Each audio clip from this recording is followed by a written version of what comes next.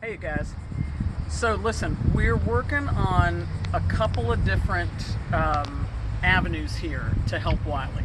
One is to give you obedience commands that help you help him in moments of stress.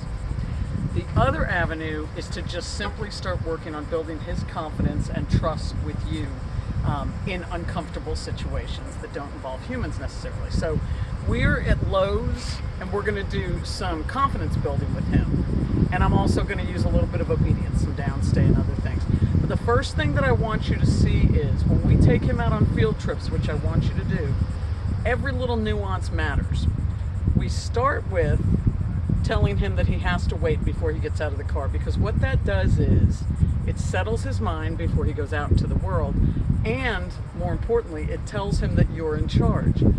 That is important not because it's important to be the boss of him. No alpha, no dominance, none of that. It's important because if we say to him, I'm in charge, it helps him relax. So here we go. I'm using the command wait, which he's been working with. Wait. Good boy. Now he doesn't get to move until I tell him to. Okay. All the way. Let's go. He's hesitant, tight lead. Just like on the walk. Let's go, buddy. Now, what I'm not sure of is whether or not he has physical discomfort.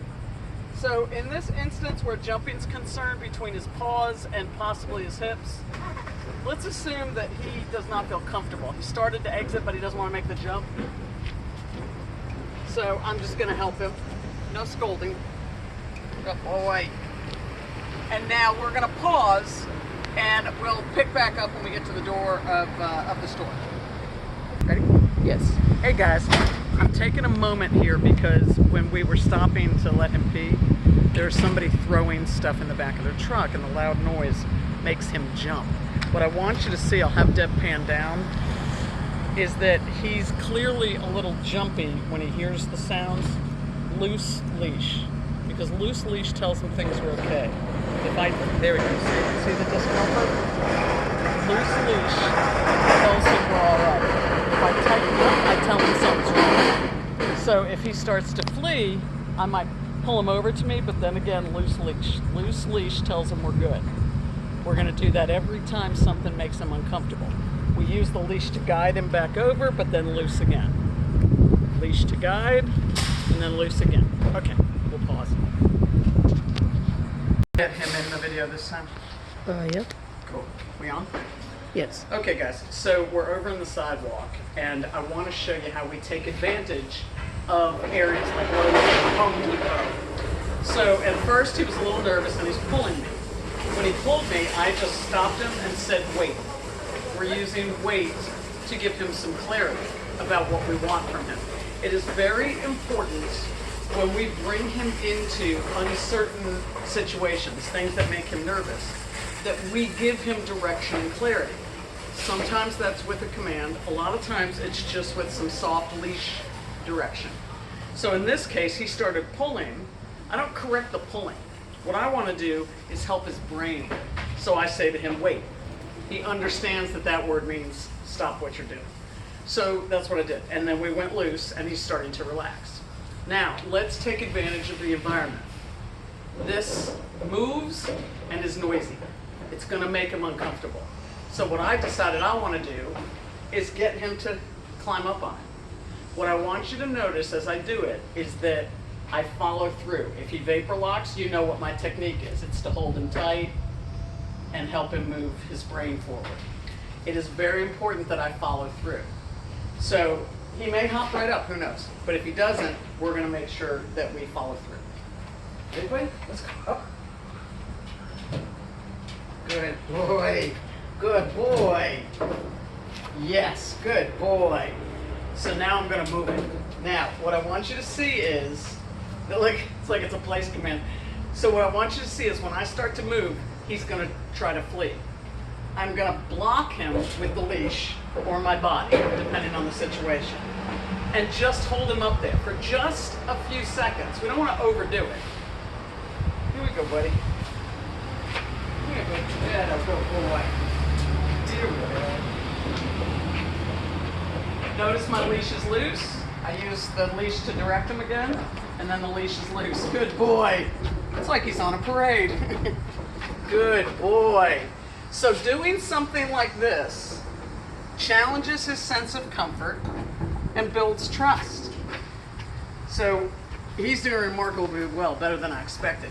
But what I want you to do is go to places and find little things that you can do that are just new and different for him. The more new and different experiences he has, the better. So what we're going to do now is we're going to go into Lowe's. We're going to see if we can find some noise. We'll go into the lumber area and other areas just to help him pass by and let him know that it's okay. And then we'll stop a couple of places and I'll put him in a downstay so you can see what that looks like in a real life situation. Okay. Hey guys.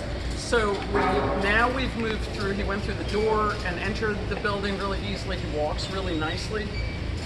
You start to squeak a little bit, but you can hear we're in the lumber section and we've got people checking out. So there's commotion, a lot of men, and noise.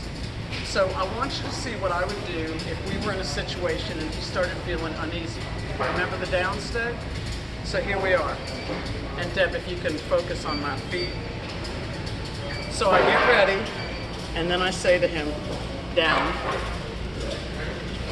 If he hesitates, I put a little bit more pressure. Good boy. Now, I'm not going to walk away from him like you see me doing exercises back at the house. When we're out in public, I put him in a downstay so that he remains next to me. The odds are that if you put him in a downstay right next to you, he's never going to pop up because he's with you and he feels secure. Nonetheless, oh, here we go, attaboy, on cue. What we'll do is, he popped up early, so I just put some pressure on his chest and I point again and tell him to get in. So he just showed you what I was about to say. When I have him in a downstay near me, I just keep my foot on the lead all the time. So if he decides that he's going to pop up early, he self-corrects and he'll go back down. So if I'm speaking with somebody in public or you're at your house and you have guests over, you're going to put him on the leash and put him in a downstay and then just casually, he's got plenty of room. I'm just putting my foot here so that if he starts to stand up, he corrects himself and goes back down. So he will stay in a more comfortable position. This helps the brain slow. If he's standing up or even sitting up, the brain's more at attention. So if we put him in a downstay, the brain settles a bit, which is why I put him in. Wiley, break. Good boy. Okay, more later. Good boy. No, I got one more. They're up in top stock. Oh, okay. I think I wanted to get 22 boxes today. So 22? yeah. Okay. I can get that for you. You going to take it with you today? Mhm. Okay. Great.